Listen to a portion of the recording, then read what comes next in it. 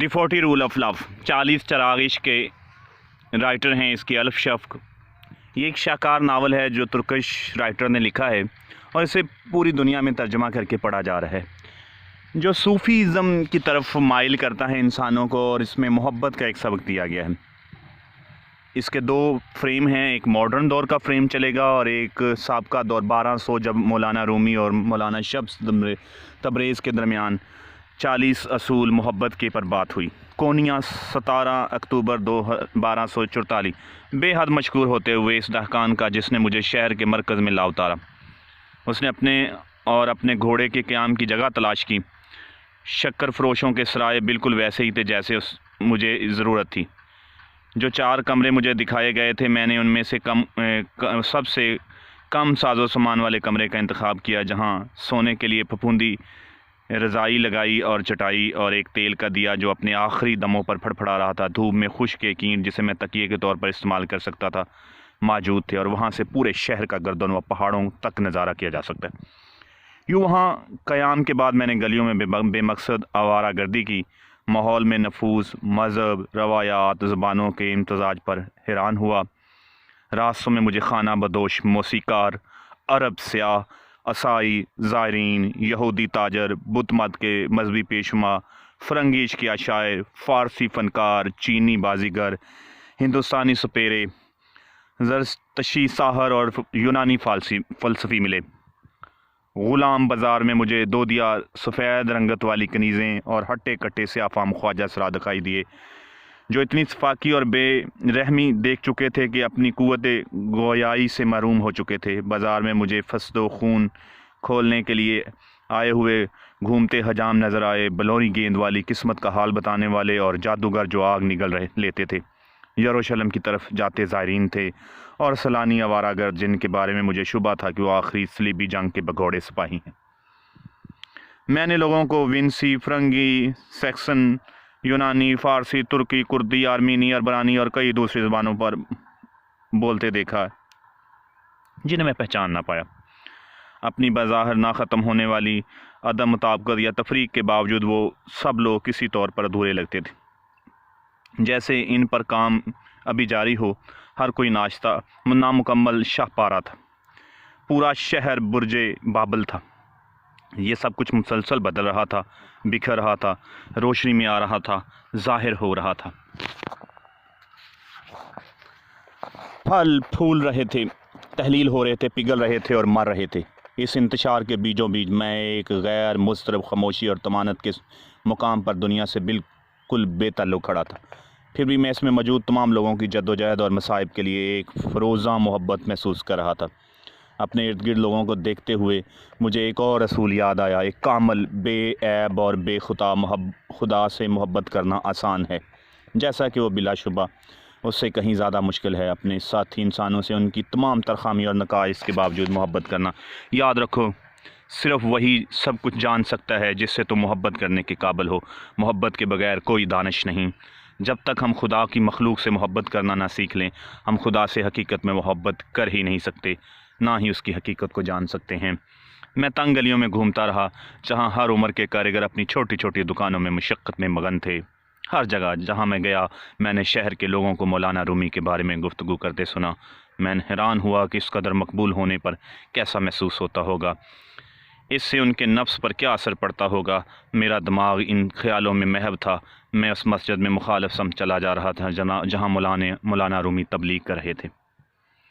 رفتہ رفتہ گرد و پیش بدلنے لگی، اور جب میں شمال کی طرف بڑھتا گیا تو گھر زیادہ خستہ حال، باغوں کی دیواریں شکستہ، بچے زیادہ غیر مہذب، کرخت آوازوں والے ہوتے گئے، خوشبو بھی بدل گئی، زیادہ بوجھل، زیادہ لہسن بھری، زیادہ مسالے دار۔ آخرکار میں ایک ایسی گلی میں داخل ہوا جہاں فضا میں 3 طرح کی خوشبوئیں معلق تھیں، شیرینی، خوشبو اور حرص۔ میں شہر کے آخری سرے پر پہنچ چکا تھا۔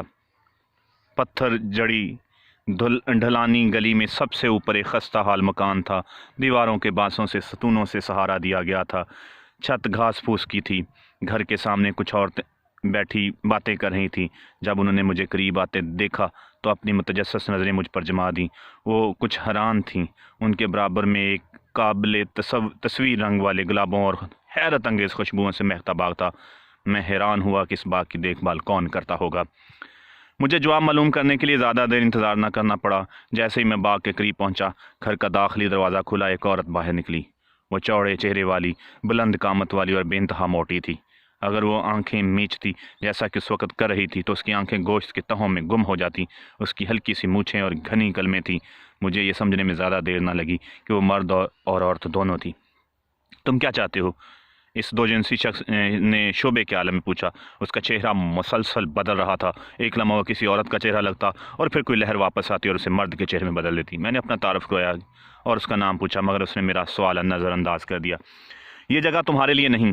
وہ یوں ہاتھ ہلاتے ہوئے بولی جیسے کوئی مکھی تھا اور وہ مجھے یوں بھگا رہی تھی۔ کیوں نہیں؟ تم دیکھتے نہیں یہ جگہ کبا خانہ ہے؟ کیا تم درویشوں نے حرص و حوث سے دور رہنے کا حلف نہیں اٹھایا؟ لوگ سمجھتے ہیں کہ میں یہاں گناہ میں لتھڑی پڑی ہوں، لیکن میں خیرات دیتی ہوں، رمضان کے مہینے میں اپنے دروازے بند کر لیتی ہوں۔ میں تمہیں بتا رہی ہوں، ہم سے دور رہو، یہ شہر کا غلیظ ترین گوشہ ہے۔ گندگی اندر ہوتی ہے یا باہر؟ میں نے اعتراض کیا۔ اصول بھی یہی کہتا ہے کہ تم کیا بات کر رہے ہو؟ وہ بڑبڑائی۔ یہ 40 اصولوں میں سے ایک ہے۔ میں نے وضاحت کی، اصلی غلاظت اندر ہوتی ہے، باقی سب کچھ تو آسانی سے دھل جاتا ہے۔ صرف ایک قسم کا گرد و غبار اور داغ ہے جو پاک پانی سے بھی نہیں دھلتا، جو روح کو داغدار کرتا ہے۔ نفرت اور تعصب کا داغ ہے۔ تم اپنے بدن کو تو پرہیزگاری اور روزہ رکھ کر پاک کر سکتی ہو، مگر قلب کا تزکیہ کرنے والی شے صرف محبت ہے۔ اس دو جنسی شخص کو اس بات کی کچھ سمجھ نہ آئی۔ تم درویش عقل سے پیدل دیوانے ہوتے ہو۔ یہاں میرے پاس ہر قسم کے گاہک آتے ہیں، لیکن درویش جب مینڈوکوں کی داڑھی آنے لگے گی تو میں نے تمہیں یہ منڈلانے دیا تو خدا اس جگہ کو تاہو بالا کر دے گا، ایمان والوں کو بکانے پر ہم پر عذاب نازل کرے گا۔ میں خود کو بے ساختہ ہنسنے سے روک نہ پایا۔ یہ مضحکہ خیز باتیں تم نے کہاں سے سنی؟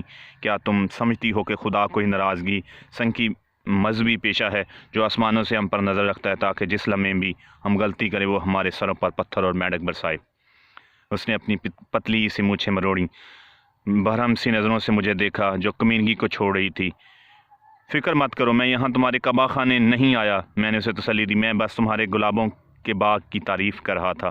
اوہ، اس نے بے پرواہی سے چانے چکائے، وہ تو میری لڑکیوں میں سے ایک گلے صحرا کی تخلیق ہے۔ اس کے ساتھ ہی کبا خانے کی نائکہ نے میرے سامنے بیٹھی طائف سے ایک لڑکی کی طرف اشارہ کیا۔ نازک تھی، تھوڑی موٹی سی دھمکتی جلد اور فکر و پریشانی کے بادلوں میں گھری بادامی آنکھوں والی۔ وہ دل شکن حسینہ تھی اور اسے دور دیکھتے ہی میں نے محسوس کر لیا تھا کہ وہ کسی تبدیلی کے عمل سے گزر رہی تھی۔ تبدیلی کا عمل وہ جو اندر ہوتا ہے۔ میں نے اپنی دھیمی آواز میں سرگوشی بدلی تاکہ صرف نائکہ ہی سن سکے۔ وہ ایک نیک لڑکی ہے، ایک روز خدا کی معرفت کے روحانی سفر کا آغاز کرے گی۔ وہ یہ ہمیشہ کے لیے چھوڑ دے گی۔ جب وہ دن آئے گا تو اسے روکنے کی کوشش مت کرنا۔ اس نے محنت نے پھٹ پڑنے سے پہلے سراسمی کے عالم میں کہا، تم کیا بکواس کر رہے ہو؟ مجھے اپنی لڑکیوں کا کیا کرنا ہے یہ کوئی دوسرا مجھے نہیں بتائے گا۔ بہتر ہوگا تم یہاں سے دفع ہو جاؤ اور میں گیدر سریار کو بلاؤں۔ وہ کون ہے؟ میں نے پوچھا۔ مجھے یقین کرو تم جاننا نہیں چاہو گے۔ اپنی بات پر زور دیا اور انگلی ہلاتے ہوئے کہا۔ اس اجنبی کا نام سن کر میں ہلکے سے کپکپا گیا، لیکن میں نے غور نہ کیا۔ بہرحال میں چلتا ہوں، میں نے کہا، لیکن میں پھر آؤں گا۔ سو اگلی بار مجھے یہاں دیکھو تو حیران مت ہونا۔ میں ان نیکوکاروں میں سے نہیں ہوں جو اپنی تمام زندگی جائے نماز پر سجدہ ریز کرتے گزار دیتے ہیں۔ اس کی آنکھیں اور دل باہر کی دنیا سے بے خبر رہتے ہیں۔ وہ قرآن پاک کو صرف سطح سے پڑھتے ہیں، لیکن میں قرآن کو کھلتے پھولوں، ہجرتی پرندوں میں پڑھتا ہوں۔ میں انسانوں میں نہاں سانس لیتے ہوئے قرآن کو پڑھتا ہوں۔ تمہارا مطلب ہے تم لوگوں کو پڑھتے ہو؟ وہ ایک نیم دلانہ سی ہنس دی۔ یہ کس قسم کی احمقانہ بات ہے؟ ہر آدمی ایک کھلی کتاب ہے۔ ہم میں سے ہر کوئی ایک چلتا پھرتا قرآن ہے۔ خدا کی جستجو ہم سب کے دلوں پر نقش ہے، وہ چاہے کوئی طائف ہو یا ولی۔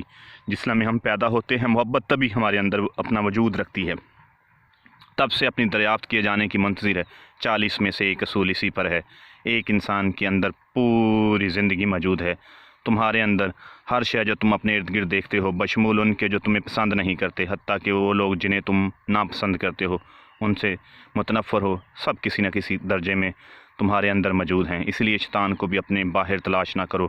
شیطان باہر سے حملہ آور ہونے والی کوئی غیر معمولی طاقت نہیں ہے، وہ تمہارے اندر ہی موجود معمولی آواز ہے۔ اگر تم خود کو پوری طرح جان لو، وہ اپنی نازک اور روشن رخ دونوں کا ایمانداری اور شدت سے سامنا کر لو، تو تم شعور کی اعلیٰ ترین سطح کو پہنچ جاؤ گے۔ جب کوئی شخص خود کو جان لیتا ہے تو وہ رب کو جان لیتا ہے۔ اپنی باہیں اپنے سینے پر باندھے ہوئے مخنث آگے کو جھکی اور دھمکی امیز آنکھیں سکیڑ کر مجھے دیکھنے لگی۔ درویش جو طائفوں کو تبلیغ کرتا ہے وہ گرا کر بولی، میں تمہیں تنبیہ کرتی ہوں، میں تمہیں یہاں کسی کو اپنے اہمکانہ خیالوں سے ستانے کی اجازت نہیں دوں گی۔ بہتر ہوگا تم میرے کبا خانے سے دور ہو جاؤ، کیونکہ اگر تم دور نہ رہے تو میں خدا کی قسم کھاتی ہوں گدڑ سر تمہاری تیز تراز زبان کاٹ دے گا، میں اسے بڑی خوشی سے بھون کر کھاؤں گی۔ منظرنامہ پھر بدلتا ہے اور ماڈرن دور میں داخل ہوتا ہے۔ ایلا نورہمپٹن 28 مئی 2008۔ ایلا بیدار ہوئی تو اپنے معمول کے مزاج سے موزوں اور اداس تھی، لیکن ناخوش اور اشک بار ہونے کی حد تک افسردہ نہیں، بس اتنی سی اداس کہ اس کا دل مسکرانے اور معاملات کو ہلکا لینے کو نہ چاہ رہا تھا۔ اسے یوں محسوس ہوا جیسے وہ کسی ایسے سنگ پر پہنچ گئی ہے جس کے لیے وہ تیار نہ تھی۔ وہ کچن میں کافی تیار کر رہی تھی۔ اس نے دراز سے اپنے ممکنہ عزائم کی فہرست نکالی اور جائزہ لیا۔ 40 برس کی عمر سے پہلے کرنے کی 10 چیزیں۔ اپنی ٹائم مینجمنٹ بہتر کرو۔ پہلی چیز، منظم ہو جاؤ اور اپنا پیشتر وقت اس سے فائدہ اٹھانے کے لیے پرعزم بنو۔ نیا ڈے پلانر خریدو۔ نمبر 2، اپنی خوراک میں منرل سپلیمنٹ اینٹی آکسیڈنٹ شامل کرو۔ نمبر 3، جھریاں کم کرنے کے لیے کچھ کرو۔ الفا ہائیڈروکس پروڈکٹس استعمال کرو۔ نئی لولارین کریم استعمال کرو۔ 4، فرنیچر بدلو اور نئے پودے خریدو اور نئے کشش خریدو۔ 5، اپنی زندگی اقدار اور عقائدوں کو جانچو۔ نمبر 6، اپنی خوراک سے گوشت نکال دو۔ ہر ہفتے صحت بخشا مینیو بناؤ اور اپنی بدن کو وہ عزت و احترام دو جس کا وہ یہ مستحق ہے۔ 7، رومی کی نظمیں پڑھنا شروع کرو۔ 8، بچوں کو براڈ وے میوزیکل لے جاؤ۔ 8، کک بک لکھنا شروع کرو۔ 9 اور 10 پر ہے، محبت کے لیے اپنا دل کشادہ کرو۔ ایلا ساکت کھڑی رہی۔ اس کی نگاہیں فرس کے 10ویں ایٹم پر جمی ہوئی تھیں۔ نہ جانتے ہوئے بھی اس کے آگے مکمل لکھے یا کیا لکھے، اسے تو یہ بھی معلوم نہ تھا کہ اس نے وہ لکھا تھا تو اس کی مراد کیا تھی۔ وہ سوچ رہی تھی، یہ ضرور دلکش کفر کا اثر ہے۔ اس نے خود کلامی کی، اس کے بعد اس نے خود کو محبت اکثر کے بارے میں سوچتے پایا۔ ڈیئر عزیز، آج میری سالگرہ ہے۔ مجھے یوں لگتا ہے جیسے میں اپنی زندگی کے کسی سنگ میل پر پہنچ گئی ہوں۔ لوگ کہتے ہیں کہ 40 برس کا ہوتے بندہ ایک فیصلہ کن لمحہ ہوتا ہے، خصوصاً عورتوں کے لیے۔ لوگ یہ بھی کہتے ہیں کہ 40 کا مطلب ہے کہ نیا 30، 60 ہے، یعنی نیا 40۔ لیکن میں جتنا بھی ان سب پر یقین کرنا چاہتی ہوں اتنا ہی مجھے دو راز خیال لگتا ہے۔ میرا مطلب ہے کہ ہم کسی بیوقوف بنا رہے ہیں۔ 40 ہی ہوتا ہے۔ میرا خیال ہے کہ اب میرے پاس کچھ زیادہ ہوگا، زیادہ علم، زیادہ دانش، اور یقیناً زیادہ جھریاں اور سفید بال۔ سالگرہ مجھے ہمیشہ خوشی دیتی ہیں، لیکن آج صبح میں اپنے سینے میں بوجھل پن کے ساتھ بیدار ہوئی ہوں۔ کسی ایسے شخص کے لیے بڑے بڑے سوالات پوچھتے ہوئے جس نے ابھی صبح کی کافی تک نہ پی ہو، یہ سوچ رہی ہوں کہ آیا جیسی زندگی میں اب گزارتی آئی ہوں آگے بھی ایسی ہی جیے چلے جاؤں۔ اور پھر مجھے خدشہ بھرا احساس طاری ہو گیا، کیا ہوا اگر ہاں اور نہیں دونوں صورتوں میں ایک ہی طرح کا تباہ کن نتیجہ ہے؟ سو میں نے ایک اور جواب تلاش کر لیا، شاید۔ دعا کے لیے ایلا۔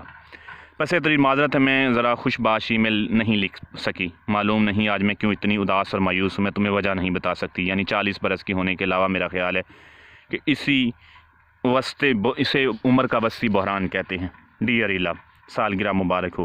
40 برس مرد اور عورتوں دونوں کے لیے انتہائی خوبصورت عمر ہے۔ کیا تمہیں معلوم ہے کہ صوفیوں کے نزدیک 40 ایک مقام سے دوسرے مقام پر چڑھنے اور روحانی بیداری کی علامت ہے؟